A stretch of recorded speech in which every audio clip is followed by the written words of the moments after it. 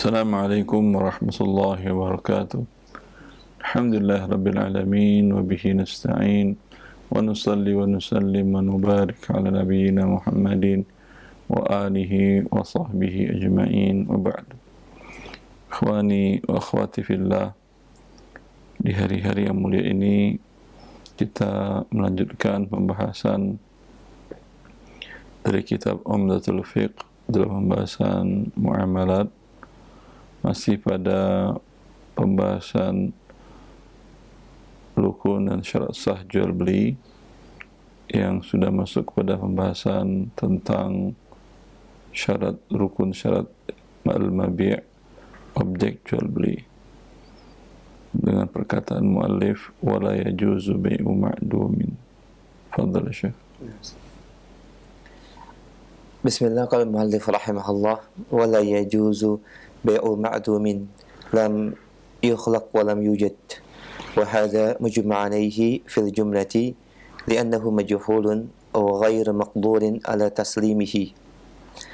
Tidak diperbolehkan memperjualbelikan sesuatu yang tidak ada, belum tercipta atau tidak ada, dan ini menjadi kesepakatan secara jumlah atau umum, karena menjual sesuatu yang majhul atau tidak ada di tempat akad dan tidak mampu atau tidak bisa untuk diberikan pada saat serah terima jual beli. Nah, Ya. Di sini muallif mengatakan tidak sah melakukan jual beli barang yang tidak ada. Ya, artinya belum dibuat, belum ada barangnya, memang secara garis besarnya ini tidak boleh. Ya. Apa maksud secara garis besar? Ada garis kecil berarti yang menunjukkan itu boleh, itu dalam akad salam dan istisna. Dalam akad salam, Rasulullah SAW datang ke Madinah dan beliau mendapati penduduk Madinah sudah melakukan akad jual beli salam, di mana barang diterima nanti setahun lagi, 2 tahun lagi, bahkan 3 tahun. Ya, tentu kalau 3 tahun lagi barangnya serah terimanya sekarang tentu belum ada. Kurma umpamanya, sekarang kurma 3 tahun udah rusak, berarti pada waktu akad kemungkinan tidak ada, tapi bisa diserah terimakan pada waktunya. Maka yang paling penting adalah bisa diserah terimakan pada waktunya. Dengan demikian ghararnya, ketidakjelasannya hilang. Dan Nabi SAW pun mengatakan, man aslama fi syai'in falyuslim fi kailin ma'lumin wa waznin ma'lumin ila ajalin ma'lum. Barang siapa yang melakukan akad salam, maka hendaklah diserahkan uangnya di majelis akad. Kemudian takaran ukurannya harus jelas. Waktu serah terimanya pun harus jelas. Artinya, saya beli dari Anda, wahai fulan, 1 ton mangga umpamanya, harum manis, grade-nya yang A. Setelah terimanya nanti pada tahun 2024. Biasanya musim mangga di bulan apa umpamanya? Januari 2024. Ya, sebanyak 1 ton. Berapa harganya? Anda katakan kalau normal harganya umpamanya 30 juta. Ah, saya kan bayar cash sekarang. Terimanya 2 tahun lagi, 1,5 tahun lagi. Kasih diskon dong. Baik. Berarti dari 30 juta saya kasih 20 juta. Berikan diskon 1/3. Ya, lalu saya katakan, ayo deal ini 20 juta. Pada saat berakad sekarang ini, sudah adakah mangga 2024? Belum. Belum. Tidak ada kan ya? Sekarang berarti tidak ada. Tidak ada sekarang.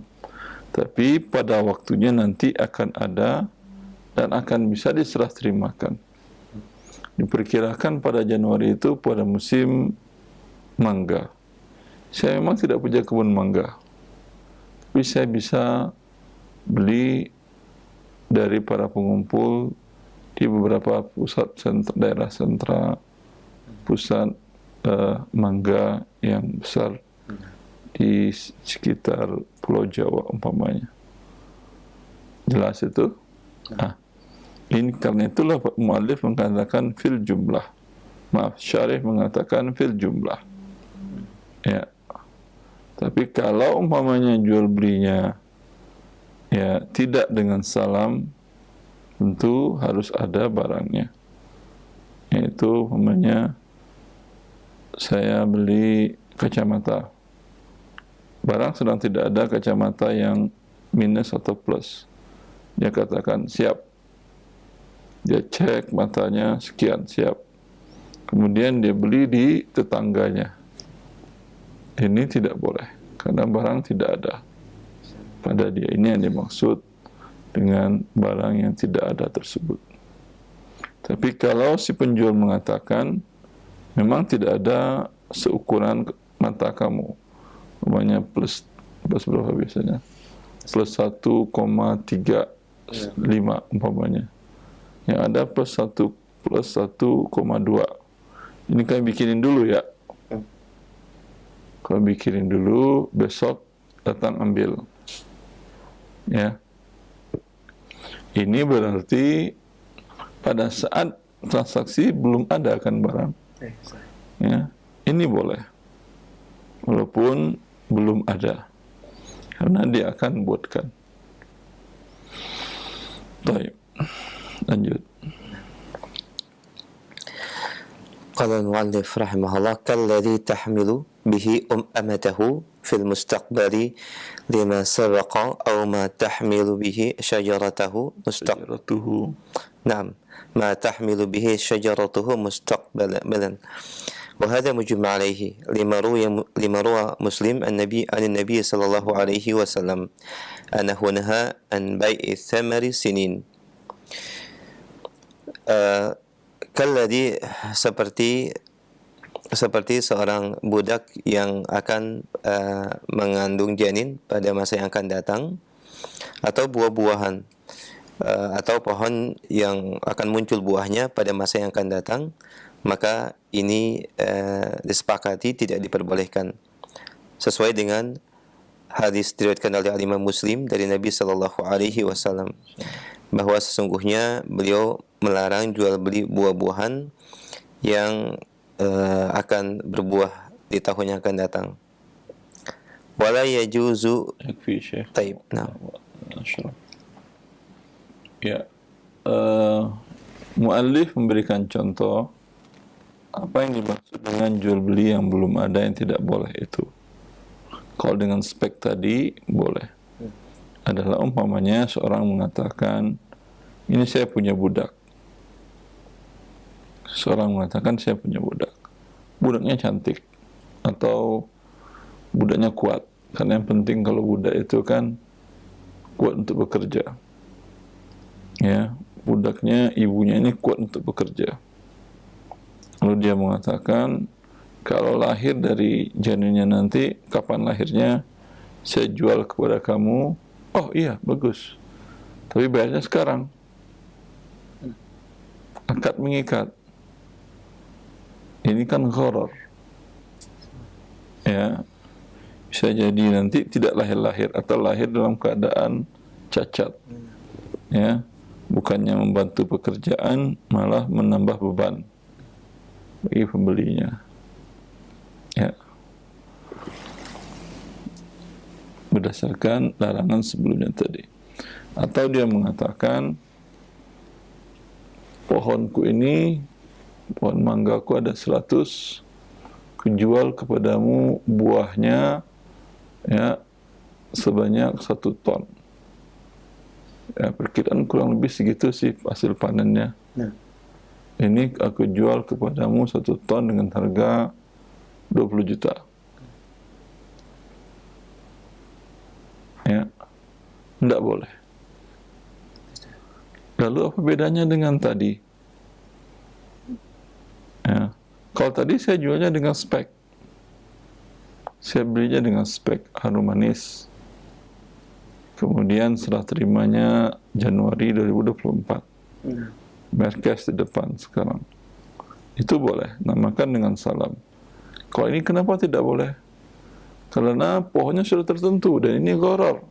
Mungkin pohonnya berbuah 1 ton, mungkin cuma hanya 100 kilo, atau mungkin mati semuanya, tak ada yang berbuah, gagal panen. Karena berarti dikhawatirkan tidak bisa diserah terimakan. Tapi kalau dengan spek, saya memang punya kebun, punya pohon mangga juga, tapi saya jualnya dengan spek. Pohon mangga saya tidak berbuah, saya bisa beli di pasar. Kan kesepakatannya dengan spek, dengan apa namanya, ya spesifikasi tertentu, bukan harus dari kebun yang ini. Ya. Dan ini disepakati oleh para ulama tidak boleh, berdasarkan diseriwayatkan Muslim, wa Rasulullah SAW melarang menjual buah-buahan bertahun-tahun.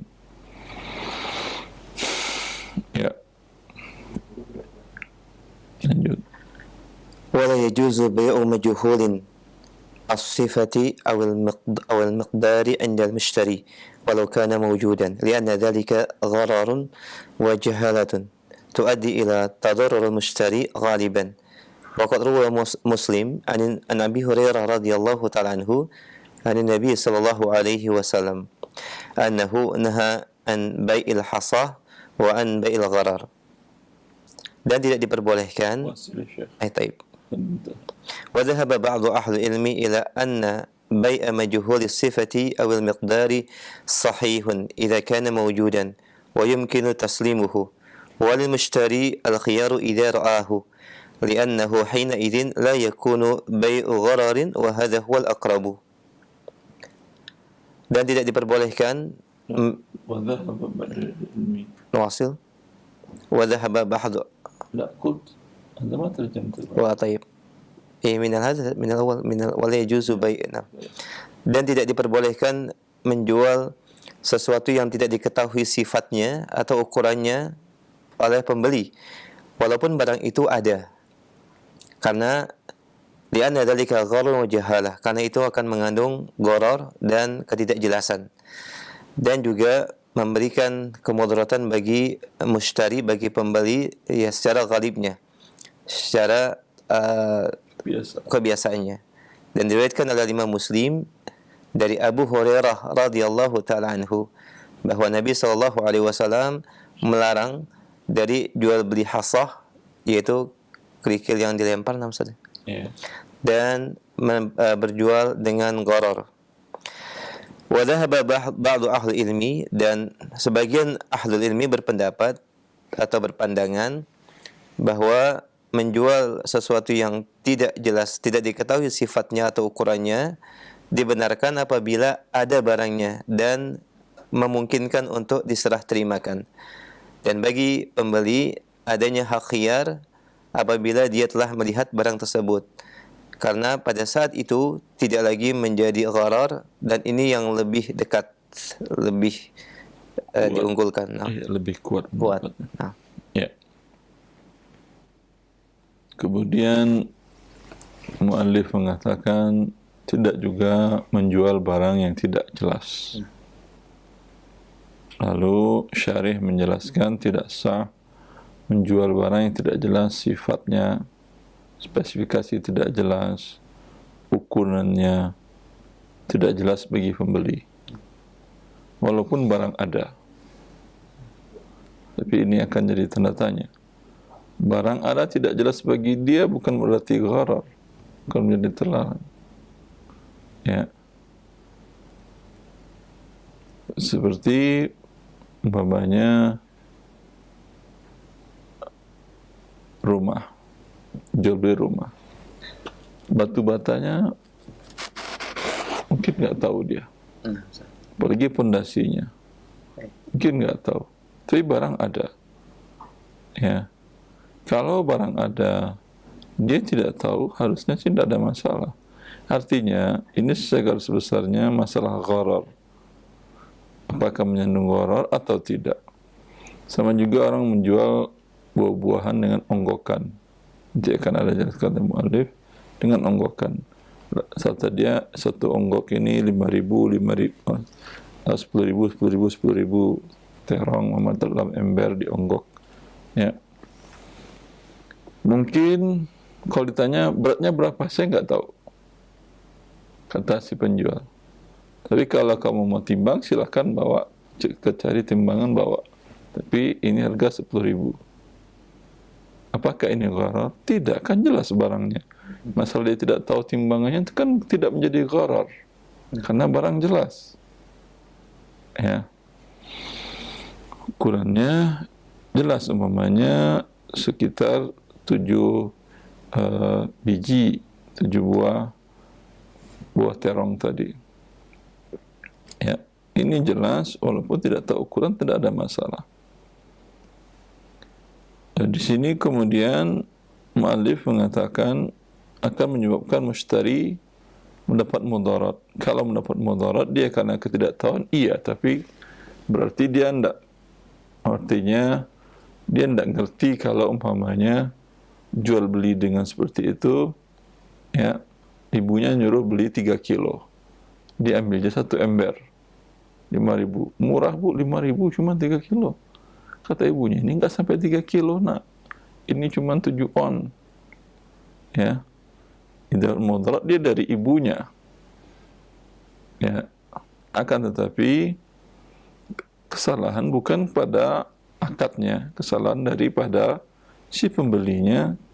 Dia beli 1 onggok bukan 3 kilo. Kalau 3 kilo jelas 3 kilo. Karena nanti akan berdampak kepada jual beli yang sering bermasalah, jual beli tanah. Ya. Kalau dia berakad per meter, saya jual kepadamu per meter umpamanya 1 juta.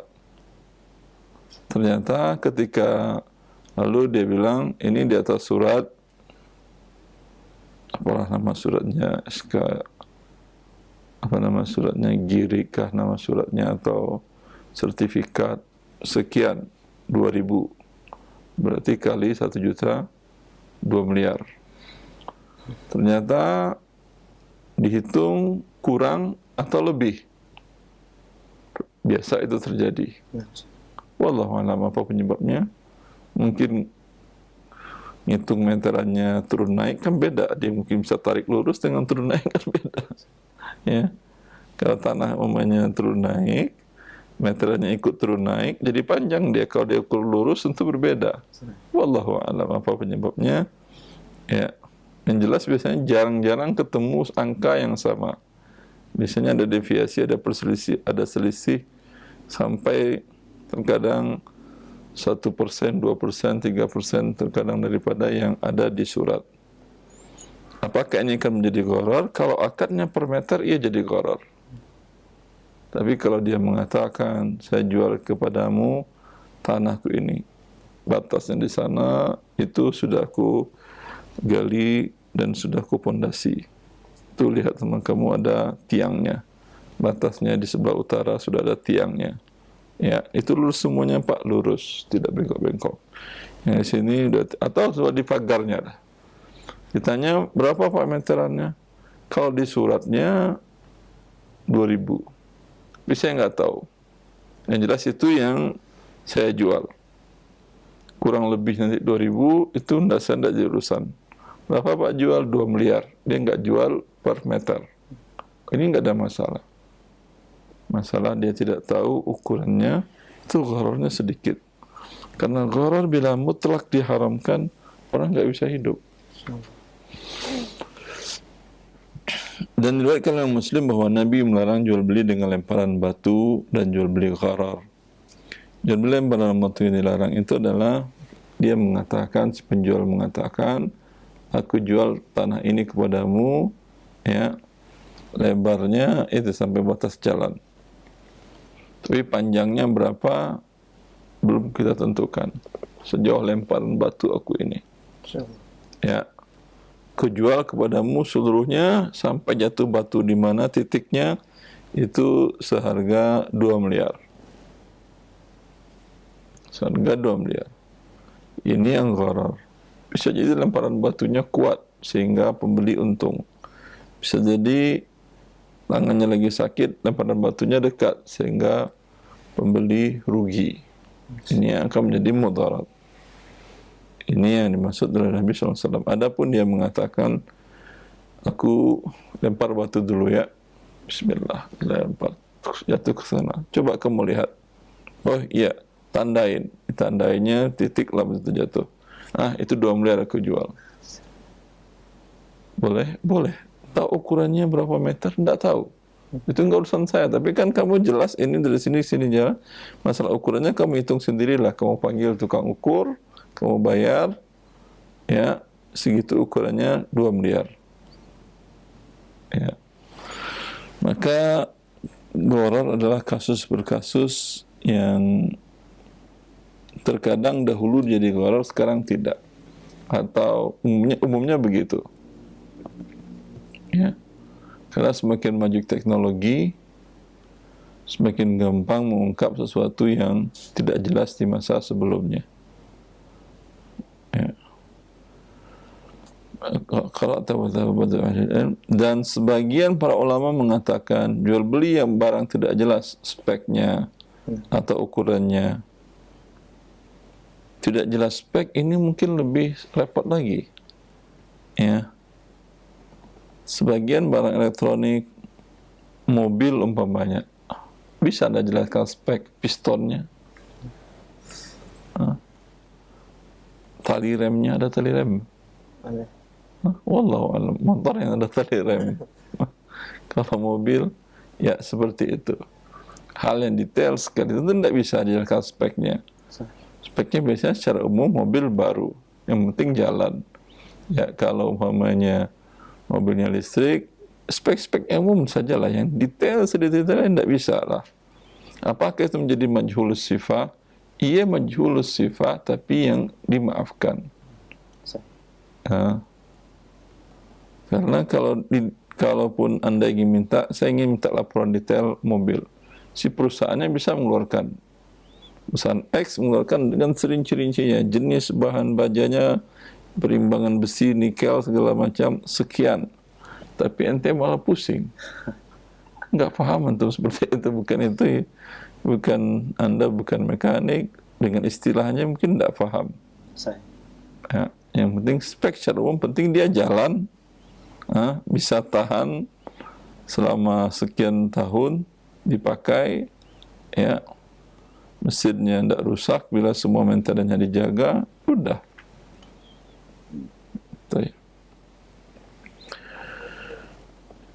Sehingga sebagian para ulama mengatakan menjual sifat yang tidak jelas, kalau tidak jelas sama sekali, sepakat tidak boleh. Umpamanya saya jual kepadamu mobil, ya udah berapa? 100 juta, ya deal. 100 juta kalau mobilnya Innova baru setahun umpamanya, si pembeli untung. Kalau ternyata umpamanya kelas yang low cost, apa namanya,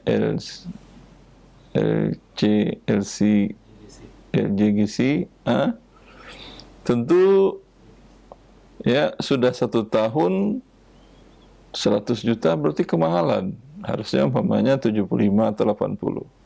Kan jualnya itu sama mobil kan? Iya sama mobil sih. Ini yang kalau sifatnya sama sekali tidak jelas sifat secara umumnya, ini tentu tidak boleh. Ini yang mengandung gharar. Sehingga sebagian ulama mengatakan boleh.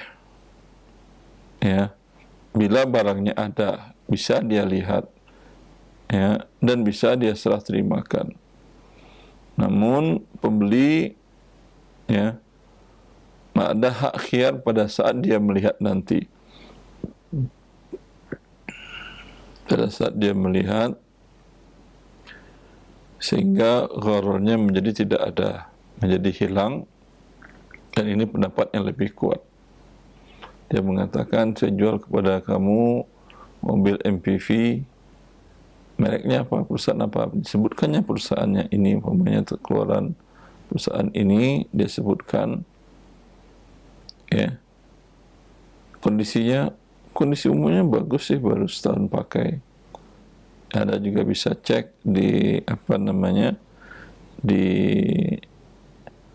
tempat servisnya. Kalau servis berkalanya kami ikutin, bisa cek kondisinya di sana. Oh iya, kata dia. Tapi sampai dilihatnya mobil ada. Tapi ketika berakad mobil tidak dilihatkan, ya, karena mungkin masih sedang dibawa anaknya. Ketika pulang dia lihat, dia punya hak khiyar lagi, walaupun tadi sudah deal 100 juta. Ya, umpamanya, ya, ternyata catnya udah buram atau lampunya udah buram, nggak nyaman aja dia lihat, saya nggak jadi dah, kata dia. Ya, wallahu a'lam. Lanjut. كالحمل فلا يجوز بيع ما في بطن الأمة المملوكة ولا بيع ما في بطون الحيوانات من بهيمة الأنعام أو غيرها لأنه مجهول وغير مقدور تسليمه. ومن أدلة تحريم هذا البيع من السنة ما روى عن النبي صلى الله عليه وسلم ما روي عن النبي صلى الله عليه وسلم أنه نهى عن بيع الملاقح والمضامين وهذا البيع مجمع عليه على تحريمه. Seperti janin dalam kandungan, maka tidak diperbolehkan apa yang ada di dalam rahim budak wanita yang dimiliki, dan tidak diperbolehkan juga menjual apa yang ada di dalam perut hewan dari binatang ternak atau yang selainnya, karena itu adalah sesuatu yang tidak bisa diketahui dan tidak mampu untuk diserah terimakan. Dan di antara dalil pengharamannya dari sunnah apa yang diriwayatkan dari Nabi Sallallahu Alaihi Wasallam, bahwa sesungguhnya beliau melarang berjual beli malaqih dan madhamin, dan ini merupakan jual beli yang diharamkan. Ya, sini muallif mencontohkan tentang jual beli yang tidak diketahui sifat dan ukurannya. Ya, contohnya adalah hamil, yang ada janin yang ada dalam perut induk atau perut wanita budak. Ya. Tetapi kalau tidak diketahui sifatnya, sekarang bisa diketahui. Ya. Cuman tidak bisa diserah terimakan. Ini yang menjadi gharornya, tidak bisa diserah terimakan. Kalau umpamanya kata si pembelinya, saya sudah lihat speknya dengan menggunakan USG dan segala macam, ya, yang 4D malah 4 dimensi dan segala macam, saya beli dan saya minta sekarang di sesar, karena masalah tidak bisa diserah terimakan. Tapi kalau diminta di sesar sekarang, sesar, kalau induknya di sesar namanya, kalau untuk hewan sesar juga namanya, nah, anggaplah ya sesar juga namanya, ya, tidak jadi masalah. Karena biasanya di perkiraan kalau bulan sekian umpamanya kehamilan janin hewan atau orang, bulan sekian itu masih bisa bertahan hidup dengan diberikan beberapa peralatan di awal dahulu sampai dia kuat. Ya. Kan biasa anak lahir prematur terkadang sehat dia, tapi kalau manusia mungkin butuh perawatan intens dulu sebelum dia bisa menghirup udara segar dan seterusnya. Tapi kalau hewan, wallahu a'lam. Kalau ada seperti itu juga boleh, karena sudah bisa diserah terimakan. Kalau dia jual budaknya seperti tadi, ya, diceknya melalui USG tadi dan jelas, kemudian dia minta langsung disesar untuk diserah terimakan, dia bayar, sah jual belinya. Itu yang kita katakan gharar itu berbeda kasus per kasus dari masa ke masa. Di masa dahulu mungkin gharar, di masa sekarang mungkin tidak gharar. Ya, seperti itu.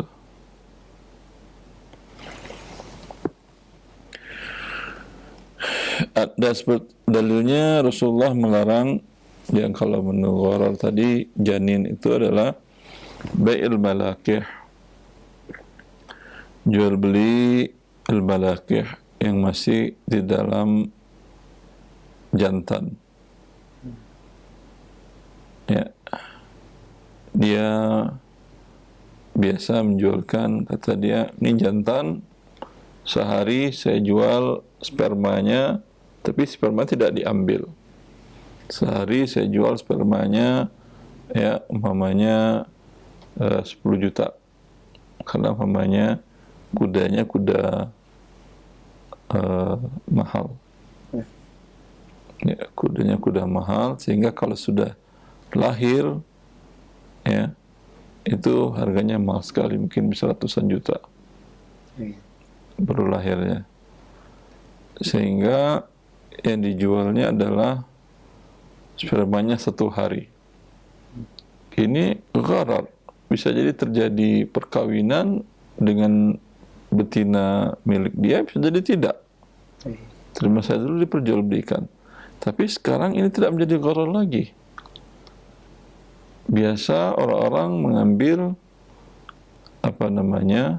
mani dari hewan-hewan tersebut, hewan-hewan dengan peranakan unggul tadi, diambil dan diperjualbelikan persuntik. Diperjualbelikan persuntik, disuntikkan ke hewan-hewan yang lain agar dapat bibit unggul. Dan itu mahal. Biasanya bisa diambil dari kuda tadi 10 suntik bisa untuk 10 hewan. 1 suntik mungkin ratusan juta. Ya. Apakah boleh? Sekarang kan nggak gharar lagi. Ini jualnya adalah mani jantan. Ya. Gharar, Ustaz, nanti siapa tahu gagal. Ya. Yang dijualnya kan bukan janin, mani jantan. Bukan janin, bukan anak. Mau jadi mau tidak kan nggak urusan dia. Sama Anda beli bibit pohon, ternyata tumbuh tinggi tapi nggak ada buahnya. Sedangkan yang Anda inginkan buahnya. Apakah Anda bisa komplain? Ya tidak, karena beli bibit bukan beli buah. Ya, sama seperti itu. Ya. Maka gharar di masa dahulu sekarang mungkin menjadi tidak. Ini biasa diperjualbelikan. Wal madamin, madamin adalah janin yang di perut induknya. Tadi juga sudah kita jelaskan, gharar di masa dahulu, masa sekarang tidak. Kalau dia minta untuk cek dengan menggunakan, diperiksa dengan menggunakan alat mutakhir sehingga jelas bentuknya, kemudian dia minta untuk disesar sehingga serah terima langsung. Cuma yang jadi masalah yang tadi itu, yang jantan tadi, apakah sperma halal diperjualbelikan? Sperma hewan halal, karena jangankan spermanya, semua badannya halal, apalagi spermanya. Berbeda dengan sperma manusia. Sebagian negara kafir itu diperjualbelikan. Dari orang-orang yang dianggap unggul otaknya begitu, itu sperma mereka diperjualbelikan di bank-bank sperma di dunia dengan harga miliaran rupiah. Ya, itu haram hukumnya, karena tubuh manusia haram diperjualbelikan. Kalau hewan tidak ada masalah. Maksud. Wa hadzal bai' bentuk makra. Nah, Dan jual beli ini sepakat para ulama hukumnya diharamkan. Nah. Wasil faqra akhirah wa mithlu al-ghaib. ومثل الغائب الذي لم يوصف ولم تقدم رؤيته لما سبق ذكره قبل مسألة وسبق أن الأقرب صحة البيع مع الخيار عند رؤيتي إذا كان يمكن تسليمه. Dan seperti juga diharamkan menjual sesuatu yang tidak ada saat akad, yang tidak bisa disifatkan dan tidak bisa dilihat, sesuai atau sebagaimana yang telah disebutkan pada permasalahan sebelumnya. Dan juga yang lebih kuat pendapatnya yaitu sahnya jual beli bersamaan dengan adanya khiyar pada saat dia melihat barang apabila mampu untuk diserah terimakan. Nah. Ya. Termasuk menjual beli barang yang gharar, yang tidak boleh, majhul, tidak jelas. Barang ada, tapi tidak dihadirkan di majlis akad. Dan tidak dijelaskan speknya. Nah. Dan si pembeli tidak pernah melihat sebelumnya. Ya. Maka kalau barang ada barangnya tapi tidak dihadirkan di majlis, itu bai'ul ghaib. Dan ini sama dengan pendapat mazhab Syafi'i. Syafi'i sama sekali tidak membolehkan walaupun disifati. Yes. Ya.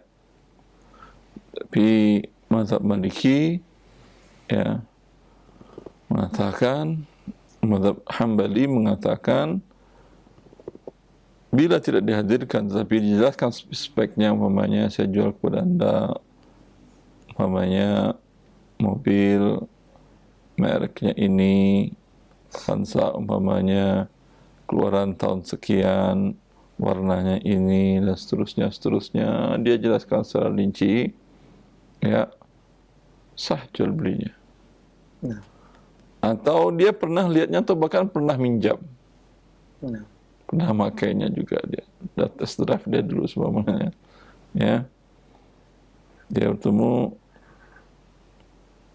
kata dia, Pak, mau dijual. Saya dengar Bapak mau jual mobil yang pernah saya pakai itu dulu ya, pinjam waktu itu sekali ke sana. Ya, betul, kata dia. Boleh saya lihat lagi, Pak? Maaf, sedang dibawa istri saya ke pasar. Ya udah, saya setuju, Pak, 100 juta, 100 juta, ya udah bayar. Ini sah, karena dia pernah melihat dan pernah pakai, malah bukan sekedar lihat. Baik. Ya. Kenapa ini tidak boleh? Karena majhul. Majhul berarti mengandung unsur gharar. Nah. Tetapi pendapat yang lebih kuat, jual beli ini sah. Ya, ketika dia lihat mungkin terjadi perubahan. Nah. Waktu dia pakai dulu masih nyaman sekali semuanya segala macam. Waktunya masih dekat sebulan yang lalu. Tapi la qadarallah mungkin ada maintenance yang kurang bagus atau ada kecelakaan ringan sehingga ada perbedaan spek, perbedaan dari yang sebelumnya. Dia akan mengatakan ketika melihat, saya nggak jadi Pak, minta uang saya lagi. Ya, kenapa? Beda Pak dari dulu. Iya emang beda sih katanya. Beda sedikit, pernah tabrak dari belakang tadi. Ya udah. Maka kalau dia khiyar jadi dan tidak setelah lihat dan setelah terimakan, maka menjadi hilang ghararnya dan hukumnya kembali menjadi boleh. Wallahu a'lam, cukup sekian. Jazakumullah khair Ustaz. Dan demikian pendengar dan pemirsa Roja, penjelasan dari beberapa syarat dan syarat sahnya jual beli dan hal-hal yang dilarang dalam akad jual beli. Dan kita berikan kesempatan untuk memperdalam pembahasan. Anda bisa bertanya di line telepon. Halo. Iya, silakan, sudah masuk. 236543. Halo. Halo, assalamualaikum. Masuk. Silakan, sudah masuk. Silakan, akhi. Assalamualaikum. Waalaikumsalam warahmatullahi wabarakatuh. Dengan siapa di mana? Dengan Pak Adi. Pak Adi, mohon maaf dikecilkan dulu Pak volume suara TV atau radionya. Ya, ya. Cukup monitor via telepon. Pak Adi dari mana? Dari Jakarta. Baik, silakan Pak pertanyaannya. Assalamualaikum Pak Ustadz. Assalamualaikum warahmatullahi wabarakatuh. Untuk nanya masalah warisan Pak. Boleh. Nah, Pak Adi dari televisi kah? Kenapa? Menyaksikannya dari televisi atau radio? Ini dari Jakarta. Ini lewat HP nih Pak. Sorry Pak, apa? Ya udah, nggak maksud saya kalau melalui televisi Anda bisa lihat tulisan yang saya buatkan tentang kalau waris. Silahkan. Oh gitu. Ayah saya waktu itu meninggal sudah. Nama ayahnya siapa? Bapak Selamat. Bapak Selamat wafat. Wafat tahun 2016. Terus? Halo? iya lanjut Pak. Meninggalkan mempunyai anak sebanyak 5 orang. Ayah ibunya masih hidup pada 2016 itu? Oh, udah meninggal Pak, udah meninggal. Istri beliau? Udah meninggal. Istri beliau tidak ada pada saat 2016, sudah meninggal. Punya istri lagi, nggak punya keturunan. Pada saat Pak Selamat wafat 2016, mau istri pertama, mau kedua, mau ketiga, seterusnya ada istri atau tidak? Ada istri untuk istri yang keduanya. Ya udah ada istri. Ada istri berarti istri ahli warisnya juga. Terus meninggal yang anak-anak laki-lakinya 3, Agus, saya, sama Joko. Yang perempuannya si Ruli sama si Enik. 2 perempuan. Ya, 2 perempuan sama 3 laki. Ini semuanya pada 2016 itu masih hidup? Masih hidup. Ya. Masih hidup. Terus kemudian ayah saya meninggalkan sebidang tanah yang ukurannya 4.205. Sebentar. Pak Selamat nih. Pak Selamat tadi punya 4.205 meter. meter. Sebentar dulu. Saya jelaskan dulu berapa hak masing-masing. Nanti hartanya akan dibagi berdasarkan pembagian tersebut. Istri dapat 1/8, anak laki anak perempuan dapat sisa 1/8, berarti dibagi 8 hartanya, 1 untuk istri, anak-anak 7. 7 bagian akan dibagikan, 1 laki-laki kata Allah, mislu hadil unthayain, 2 bagian. 2 kali 3, 6 tambah 2, 8.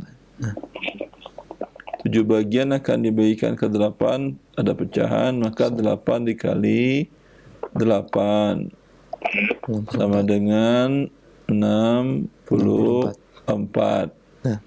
Istrinya mendapatkan 8 dikali 1, 8/64. Anak laki-laki kan 2 bagian per kepala, maka 7 dikali 2, 14. 14. Perempuan ada 2 kepala, masing-masing dapat 1 bagian, itu 7. 7. Maka istri dapat 8/64. 8/64 dari total meter Pak. Dari setiap harta yang akan dibagikan. Sebentar dulu. Meterannya nanti. Oh gitu. Untuk anak laki-laki 14/64 masing-masing. Anak perempuan masing-masing 7/64. Jelas?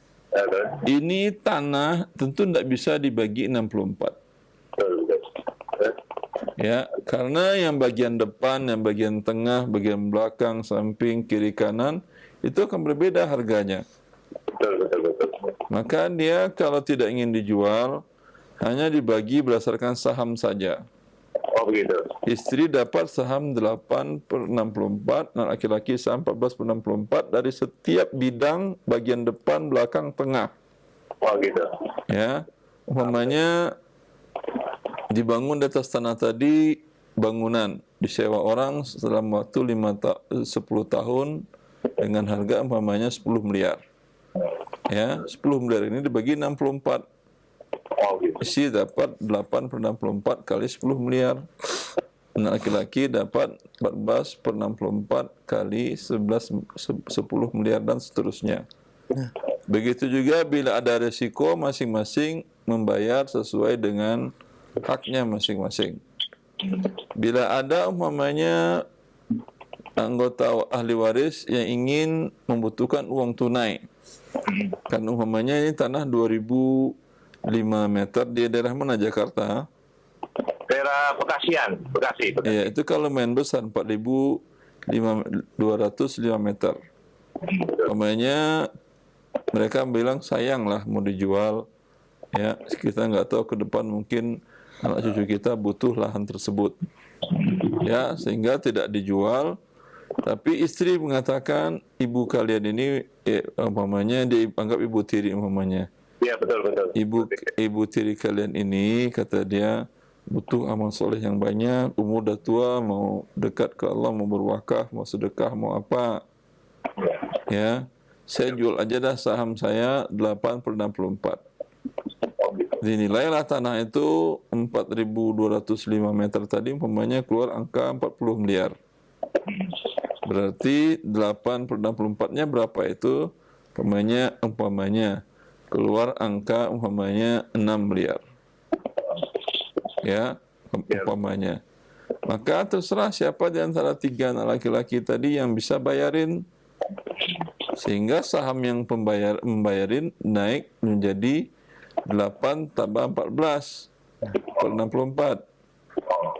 Atau anak perempuan yang sedang ada uang dia yang bayarin. Atau kalau enggak masing-masing urunan untuk bayarin sehingga saham istri ayah tadi sudah hilang dari tanah tadi dan menjadi milik bersama, bukan dibagi lagi. Yang 8-nya dibagi rata sesuai dengan saham masing-masing pembelian. Paham, akhi? Paham Pak Hadi? Paham. Tapi kalau dibagi untuk tanah per meternya gimana Pak? Bisa nggak begitu? Apa? Untuk dibagi per meternya tanahnya gitu, masing-masing gitu. Gimana cara baginya, Pak Adi? Ya misalnya dibagi kalau ibu tiri kan istilahnya kan 1/8 gitu ya Pak? Ya. Oh misalnya 1/8 kali total keseluruhan bagaimana Pak? Mungkin nggak gitu? Ya, bagian mana? Bagian depan, belakang, apa tengah, samping? Untuk keseluruhan aja dalam hal itu, ini kan dalam hal itu sukarela gitu kan, ya udah untuk keseluruhannya aja. Kalau memang 1/8, emang ibu tiri kan 1/8 katanya Pak ya, benar ya? Betul. Oh, kalau untuk keseluruhan, untuk sukarela gitu dibagi rata gitu, gampangannya seperti itu gimana Pak? Boleh Pak? Dibagi rata per kepala. Per kepala, maksudnya per kepala, per bagian gitu loh. Per kepala apa per bagian? Per bagian berarti kan istilahnya istri ibu tiri sendiri, itu sendiri masing-masing, itu sendiri bisa ya? Apaan saya? Istri ibu masing-masing maksudnya apa? Yang namanya tanah tidak bisa dibagi, ya. Coba gimana bagi tanah? Anda umpamanya beli tanah berdua sama istri Anda sama-sama 50%, 50%. Ya, yang bagian mana punya Anda, bagian mana punya istri? Iya maksudnya itu Pak, jadi maunya anak-anak itu istri misalnya 1/8 ya per 1/8 kali total meteran, terus sisanya untuk ahli waris yang anak-anak gimana, bisa nggak begitu Pak? Kalau Anda mau, dia minta paling depan semuanya, mau? Enggak diususkan seperti itu sih. Gimana cara baginya? Miring, lurus? Lurus paling. Lurus. Dia minta yang paling umpamanya di bagian depan sama kanan itu jalan besar. Dia minta di bagian itu. Gitu. Tapi enggak. Itu makanya saya katakan ada yang bisa dibagi, ada yang tidak bisa dibagi. Makanya yang tidak bisa dibagi cukup per saham. Oh gitu. Jadi sama Anda beli rumah dengan istri Anda berdua 65%, lalu umpamanya yaudah kita bagi 2 aja. Saya mau pulang ke rumah orang tua saya, kata istri Anda, ya udah saya relakan, saya ceraikan kamu, ya, tapi rumah kita bagi 2. Bagaimana cara baginya? Anda di lantai 2 di lantai bawah, Hah? Biasanya kan apa namanya Nah, tuh, terus bentar. Ruangan tamu mau dibagi dua, gimana cara jualnya? ya makanya sudah. Ya makanya seperti yang saya katakan tadi, cukup dengan saham. Seperti orang punya perusahaan. Itu yang kalau Anda umpamanya punya perusahaan, punya 50% di perusahaan itu. Apakah mobil mau dibagi dua? Hipotek dua gitu? Ya tidak bisa lah. Yang bisa adalah seperti yang saya usulkan tadi. Ya, makanya anaknya seperti itu mintanya, ya udah per meter aja gimana? Ya Misalnya, minta suruh dia bagi, udah kamu bagi gimana caranya gitu. Kalau saya tidak bisa tadi saya sampaikan. Cukup Pak Adi ya, insyaallah jelas. ya, oke, siap. Alhamdulillah. Baik. Demikian Pak Adi, dan bisa dilihat nanti pembagian persentase warisnya ditulis tadi oleh Ustadz, dan bisa dilihat nanti rekamannya dan penjelasan rinciannya. Jazakumullah khair dan semoga Allah mudahkan. Kita berikan kesempatan berikutnya masih via telepon. Baik, kita angkat kembali. Halo. Silakan, sudah masuk. Assalamualaikum Ustaz. Waalaikumsalam warahmatullahi. Dengan siapa Umu, di mana? Dengan Umi Di mana? di Pasar Minggu dengan Sofia. Baik, silakan Mustafi ya, Pasar Minggu silakan. Ya Ustaz, saya mau tanya. Nah, Orang tua saya dijual motor, dan si pembelinya itu sudah melihat kondisi motor, dia sudah test drive dan merasa sudah oke si motornya. Setelah itu dibayar. Setelah di perjalanan nyampe ke rumah pembeli, si motor itu tiba-tiba rusak, turun mesin karena mungkin perjalanannya jauh, Ustaz, dari Garut ke Bandung. Sampai Bandung rusak. Itu gimana Ustaz hukum kita sebagai penjual? Apakah harus kembalikan uang atau merasa zolim atau gimana ya Ustaz? Tapi si penjualnya nggak mau bayar sebagian uang yang diminta bekas servis, katanya merasa bagus. kalau motor lain, motor Anda umpamanya, atau motor orang tua, bukan motor yang dibeli tadi, dibawa jarak tempuh seperti itu, rusak juga kah atau tidak? engkau ya Ustaz. Taib. Wallahu a'lam. Ya. Setahu saya Bandung Garut berapa kilo? Udah. 60 kilo 60. biasa, motor dibawa 60 kilo.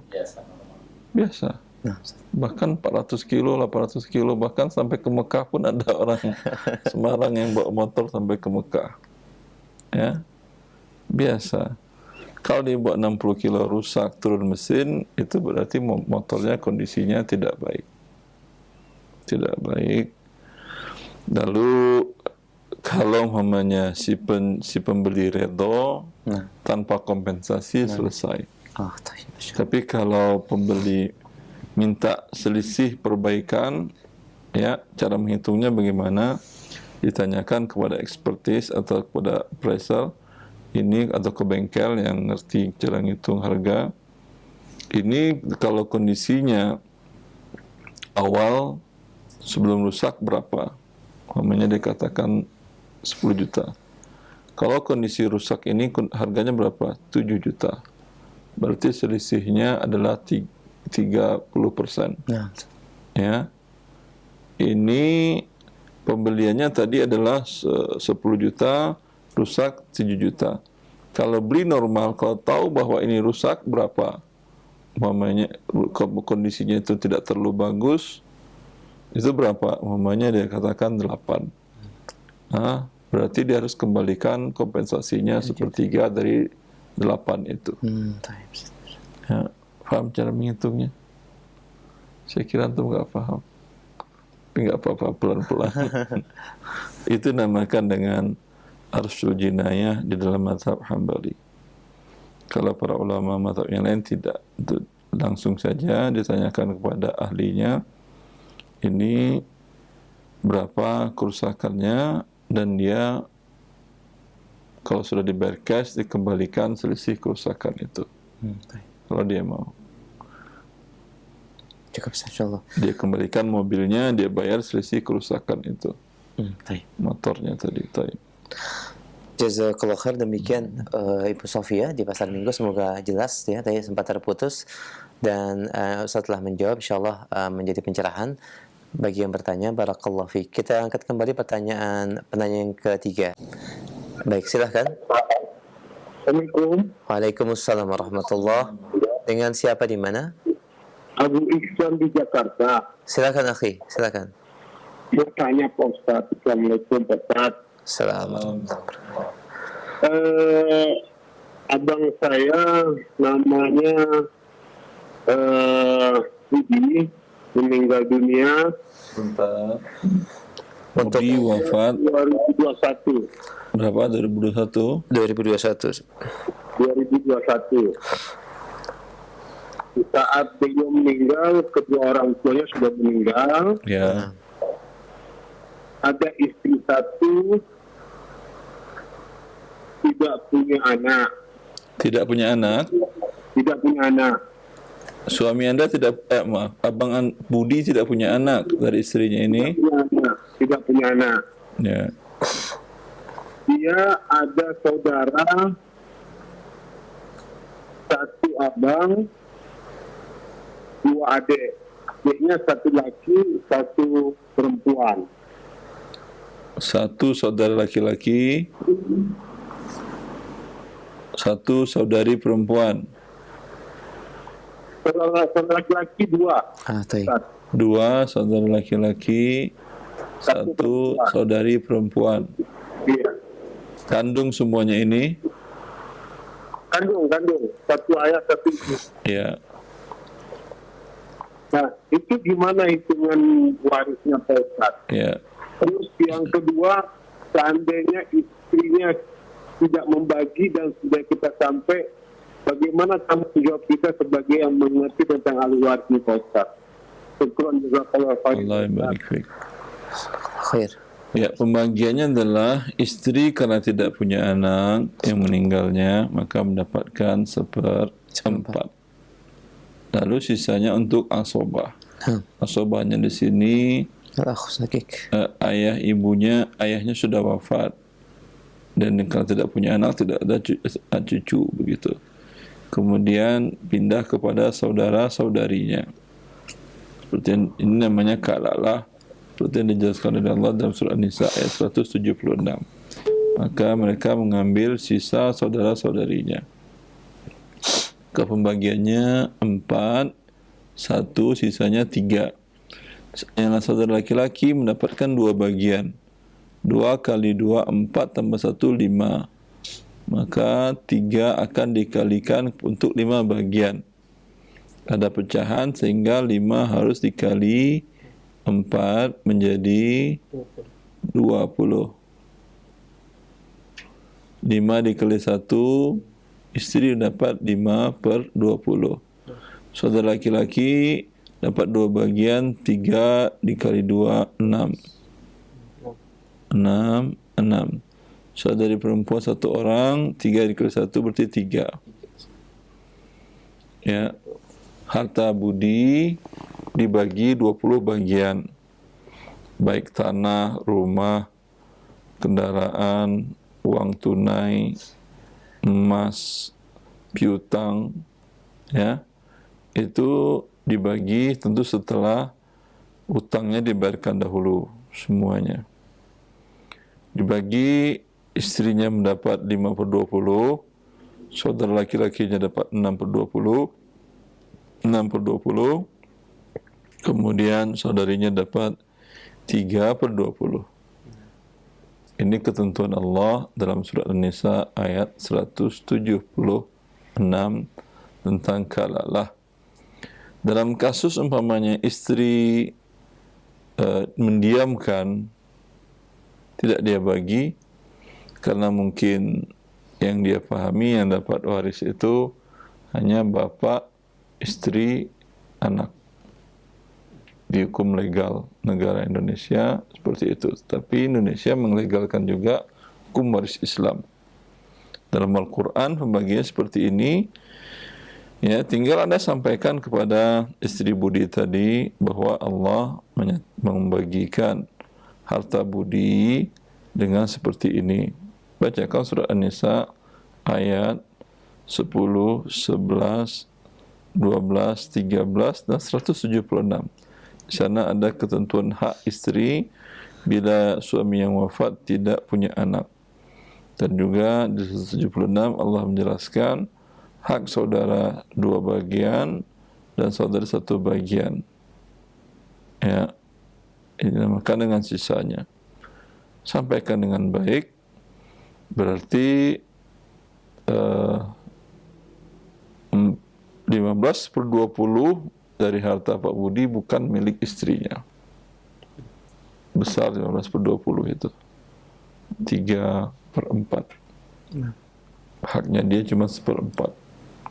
Kalau dia diamkan berarti dia memakan harta iparnya. Masya Allah. Yang itu pasti akan dia bayarkan di akhirat kalau dia tidak serahkan di dunia. Allahu Akbar. Kalau dia tidak selesaikan di dunia. Ya, begitu saja mungkin. Baik, Ustaz. Demikian akhi, barakallahu fiik, dan itu yang tadi dijelaskan oleh Ustaz, semoga menjadi pencerahan buat istrinya Pak Budi ya, rahimahullah. Baik, kita berikan kesempatan berikutnya masih di line telepon. Kita angkat kembali. Halo. Assalamualaikum Ustaz. Waalaikumsalam warahmatullahi. Dengan siapa, umur di mana? Jadi Bu Iim Pekanbaru Ustaz. Silakan, Umur. Ya. Mau nanyakan nih Ustaz. Nah. Ada yang meminjam uang gitu. Alasannya untuk membeli rumah dulu. Itu janjinya dulu bayarnya cepat gitu. Taunya lama baru dibayar, sampai rumah tuh sekarang udah dijualnya, udah dijual lagi gitu, dengan harga yang mungkin 2 kali lipat dari yang waktu beli dulu. Jadi kata dia mau bayar, jadi cara bayarnya gimana tuh Ustaz? Kalau dikonversikan berapa inflasinya, selisihnya berapa?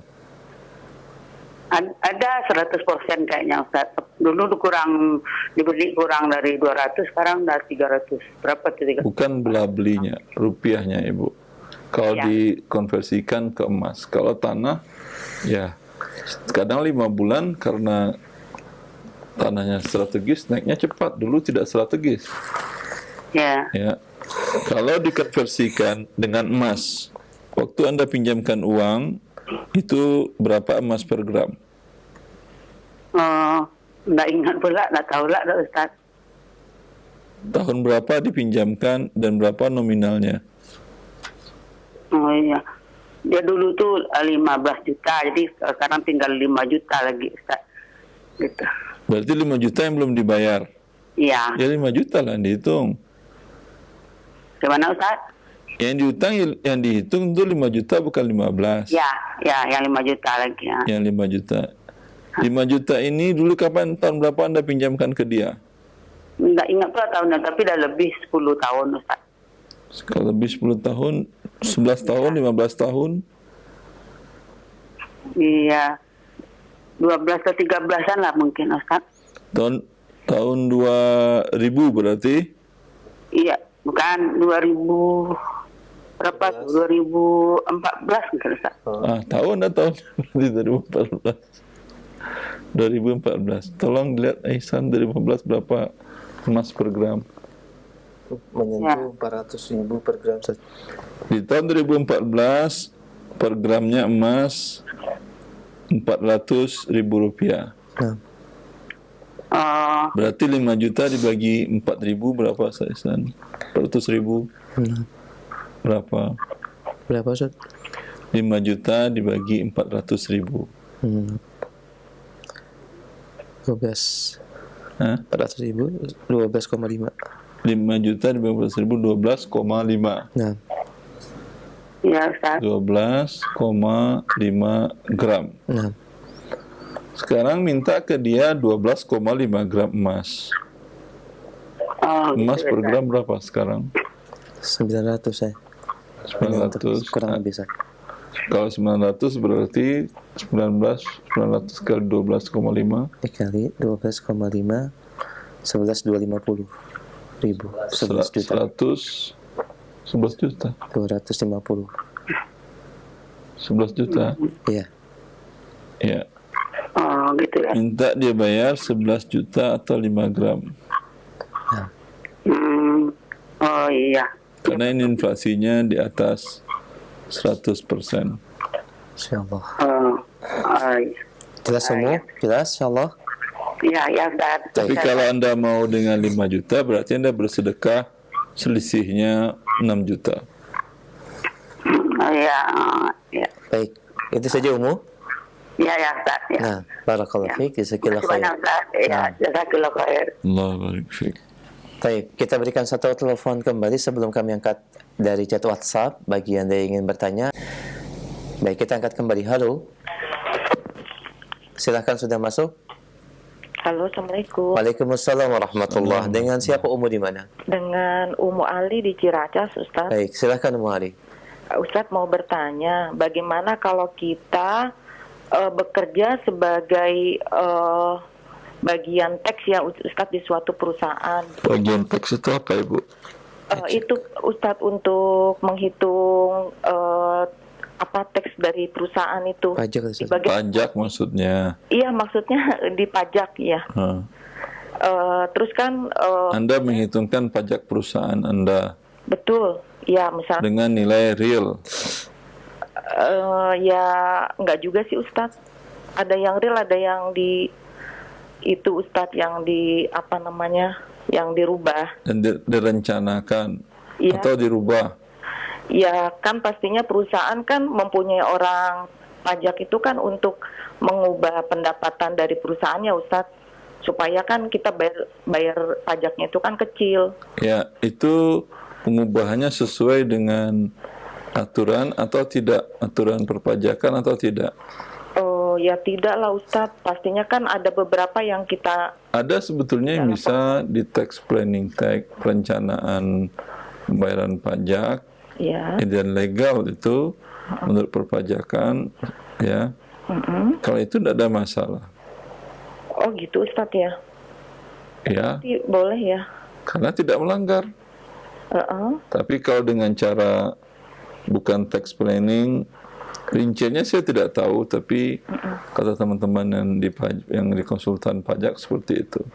Iya. Ya, Misalnya kan kalau kita kalau berbohong itu berdosa. oh ya terutama untuk laporan pajak tahunan ya Ustadz ya, terkaitnya sih seperti itu untuk tahunan terutama. Bisa dibuatkan ya laporan yang tidak melanggar ketentuan perpajakan di negara Indonesia umpamanya, dan juga menguntungkan perusahaan. Iya betul Ustadz. Itu kalau itu boleh. Oh boleh ya. Kalau seperti itu boleh. Tapi kalau umpamanya dengan hal-hal yang tidak dibenarkan dalam aturan perpajakan, ya, untuk mengurangi pajak yang disetorkan perusahaan, itu tentu tidak boleh. Oh gitu ya Ustadz. Ya. Baik Ustadz, berarti kalau saya misalnya punya anak terus sudah gitu saya juga membekali anak saya untuk ikut pendidikan misalnya brevet A, brevet B gitu untuk pajak gitu, nggak masalah ya Ustadz ya? Tujuannya apa? Ya supaya bisa kerja di bagian perpajakan juga Ustadz di perusahaan. Bukan perpajakan, di perusahaan bagian pajak. Kalau di perpajakan ya tidak boleh karena mereka narik. Betul, saya cuman buat yang Kalau di konsultan pajak mengurangi boleh. oh baik Ustadz. Iya. Cukup Umu insyaallah. Iya, oke, makasih Ustadz. Alhamdulillah. Terima kasih. Nah, barakallahu fiik. Jazakallah khair kepada Umu Ali. Kita angkat kembali pertanyaan selanjutnya dari pesan WhatsApp. Assalamualaikum warahmatullahi wabarakatuh. Terkait dengan gadai Ustaz, teman saya menggadaikan sebuah mobil. Saya sudah terima kunci BPKB dan mobilnya Ustaz selama kurang lebih 6 bulan waktu gadai, dan ketika waktu 6 bulan sudah berlalu belum bisa ditebus dan mengajukan kembali waktu 6 bulan berikutnya. Pertanyaannya, apakah boleh selama masa kendaraan tersebut di tangan saya digunakan Ustaz, dan apakah boleh juga dipinjamkan kepada teman saya yang ingin menggunakannya? Jazakallah khair. Boleh Anda gunakan dan bagus Anda gunakan, tapi hitung sewanya sehingga mengurangi hutang teman yang pinjam ke Anda tadi. Umpamanya satu hari Anda gunakan berapa kilometer. Kalau sewa di tempat lain dengan kondisi kendaraan seperti ini, itu berapa rupiah. Sebesar itu Anda kurangi hutang. Ketika sudah sama dengan hutang, kembalikan mobilnya. Ya, kalau tidak Anda potong hutangnya, berarti Anda dapat manfaat dari pinjaman, itu namanya riba. Anda pinjamkan pun ke teman boleh, tapi tetap Anda hitung Anda yang bayarnya. Nah, dengan cara potong dengan hutang. Alhamdulillah, jazakallah khair Ustaz. Demikian pendengar yang bertanya, barakallahu fiik. Kami angkat kembali pertanyaan berikutnya. Assalamualaikum warahmatullahi wabarakatuh. Bolehkah kita menjual emas kepada teman dengan cara mengirimkan emas terlebih dahulu melalui ekspedisi? Setelah emas sampai, baru teman tersebut transfer uang kepada kita, Ustaz. Jazakallah khair. Akadnya kapan? Kalau akadnya ketika dia kirim emas, tentu hukumnya haram karena tidak yadan biadin. Nah. Tapi kalau akadnya ketika real time, sampai emas dan kamu sampai. Jangan matiin telepon kamu dan saya pun tidak matiin. Sekarang lakukan pembayaran via mobile banking atau net banking. Ya, ketika masuk, itu emas saya jual ke kamu dengan rupiah yang saya terima ya. Oh iya, akhi. Dah, sah. Baik, jazakallah khair atas jawabannya. Demikian akhi, dan yang bertanya, barakallahu fiik. Kami angkat kembali pertanyaan berikutnya. Assalamualaikum warahmatullahi wabarakatuh. Ustaz, bagaimanakah hukum arisan yang terselenggara di antara kami? Ada beberapa ummahat, yaitu arisan dengan menyetorkan sejumlah uang, yaitu senilai 1 juta, dan di setiap kali pertemuan ada iuran yang tersendiri untuk konsumsi, Ustaz. Jazakallah khair.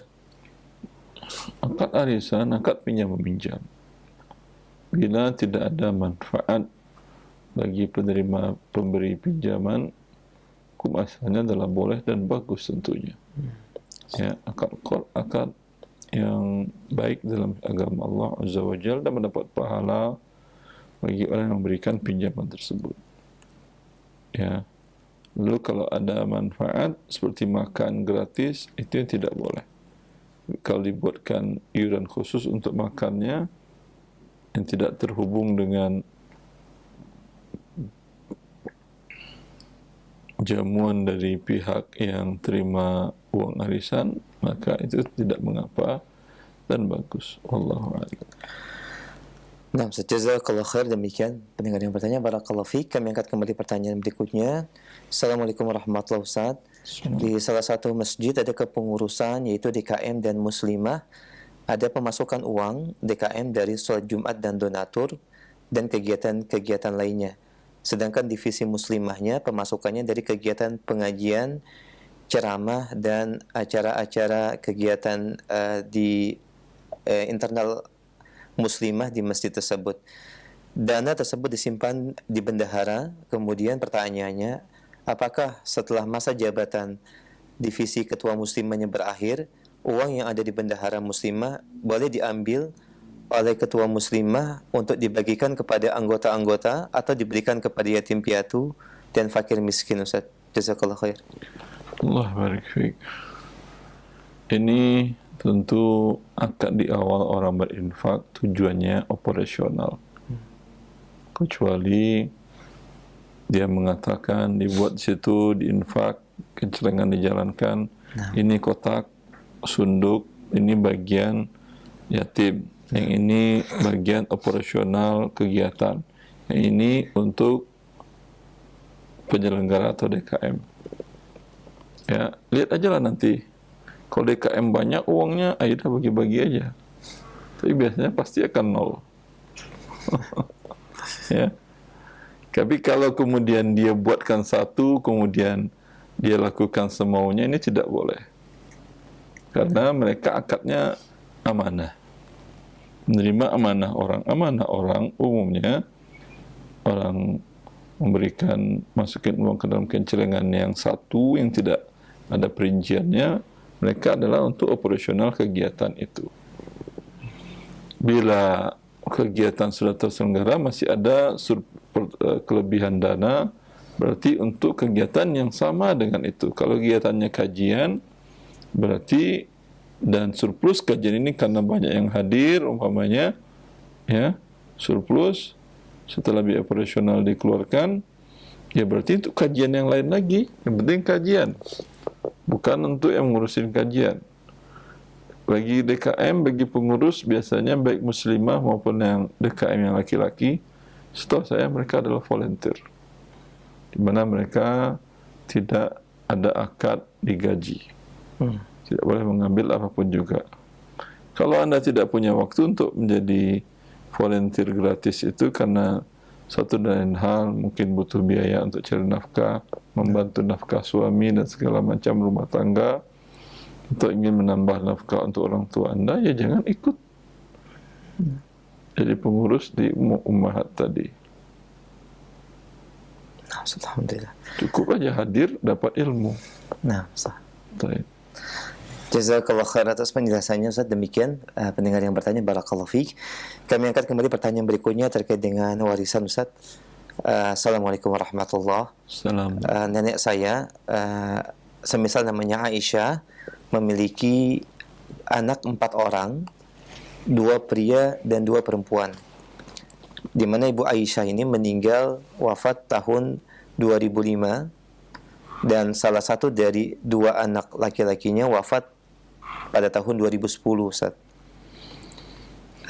Ibu Aisyah memiliki aset pemberian orang tuanya terlebih dahulu, yaitu berupa tanah dan bangunan.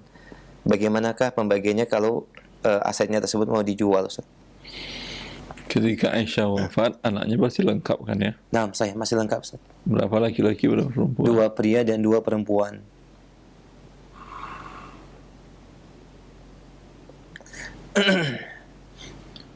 Suaminya dah wafat? Nah, wafat, Ustaz. Ya, laki-laki 2 bagian, berarti 2. Perempuan 1 bagian, berarti 1, 2 tambah 2, 4 tambah 2, 6. Hartanya, semua harta Aisyah dibagi 6 bagian. Anak laki-lakinya dapat 26, anak perempuannya 1/6. Demikian pendengar yang bertanya, barakallahu fiik, dan semoga ini menjadi pencerahan. Bisa dilihat catatan yang ditulis oleh Ustadz ya pada rekaman nanti. Barakallahu fiik. Kami angkat kembali dari Pak Joko di Tangerang. Assalamualaikum warahmatullahi wabarakatuh. Saya mempunyai 8 hektar tanah hibah dari orang tua. Tanah tersebut digarap oleh orang lain dengan sistem bagi hasil, 1/3 untuk penggarap dan 2/3 untuk saya sebagai pemilik tanah. Apakah sistem seperti ini telah sesuai dengan syariat Islam, Ustaz? Sesuai syariat Islam. Sesuai, Ustaz? Ya. Alhamdulillah. Kalau tanamannya palawija namanya muzara'ah. Nah. Kalau tanaman tua namanya mugharasah. Baik, Ustaz, jazakallah khair. Demikian akhi yang bertanya, barakallahu fiik. Kami akan kembali pertanyaan berikutnya. Assalamualaikum warahmatullahi wabarakatuh. Apa hukumnya berjualan warung makan atau warung bakso yang menyediakan tempat makan tapi pengunjungnya ada yang tidak berhijab, Ustaz, atau kelihatan auratnya, ada yang berpakaian juga, ada yang syar'i, dan ada juga yang lain membawa wanita yang bukan mahramnya, Ustaz. Bagaimana sikap kami pada penjual? Ya, jangan buka dine-in. Kalau Anda tidak ingin, kalau melihat, ya wallahu alam, kita hidup di akhir zaman. Di rumah pun Anda melihat ke rumah, banyak orang di depan rumah Anda lewat lalu lalang berhijab, tidak membuka aurat dan seterusnya. Ya. Berarti dikunci rapat rumah terus, ya terserah. Ya, semaksimal mungkin kita menundukkan pandangan. Ya. Tapi kalau umpamanya Anda ingin lebih tegas lagi, ya tidak ada dine-in. Ya, hanya bisa drive-thru. Beli, makan di luar. Beli, makan di luar. Nah. Ya, wallahu a'lam. Jazakallah khair. Demikian pendengar yang bertanya, barakallahu fiik, dan kami berikan satu kesempatan via telepon bagi Anda yang ingin bertanya dalam bab jual beli secara khusus. Kita terima penelpon yang terakhir, silakan. Halo. Halo, Assalamualaikum. Waalaikumsalam warahmatullahi wabarakatuh. Dengan siapa akhi di mana? Dengan Tasli dari Bandung. Silakan Pak Tasli. Silakan pertanyaannya. Taufik, Ustaz. Nah. Allah barik fiik. Ustaz, saya punya nenek, Ustaz. Nenek saya ini punya anak 8. 4 laki-laki dan 4 perempuan. Kemudian sebelum nenek saya meninggal tahun 70-an. Halo, ada yang bisa... Mau bagi waris maksudnya ini, akhi? Ya, halo. Ya, maksud antum mau bagi waris ini? Kenapa, Ustaz? Pertanyaannya tentang bagi waris atau apa? Bagi waris, Ustaz. Nenek itu namanya siapa? Nenek saya namanya Nek Abo. Nek Abo. Abo, Ibu Abo. Ya. Wafat tahun 74-an lah, kira-kira. 1974. Pada saat Abu wafat 1974, ada berapa orang anaknya masih hidup laki-laki? Sebetulnya anak laki-laki yang hidup waktu itu dari 8 orang itu jadi tinggal 7, Ustaz. Karena sebelumnya ada yang meninggal. Laki-laki berapa orang? Laki-laki 4 orang, perempuan 4 orang, Ustaz. Tahun 74 itu masih hidup 88 itu? Enggak. Dan 74 itu yang hidup laki-laki 3. Artinya ketika Abu wafat, anak laki-lakinya tinggal 3 orang lagi. Betul, Ustaz. Anak perempuannya masih 4. Iya. Suami Abu sudah wafat sebelumnya? Sudah wafat. Orang tuanya dari Abu sudah wafat tahun 74, ayah ibunya? Gimana, Ustaz?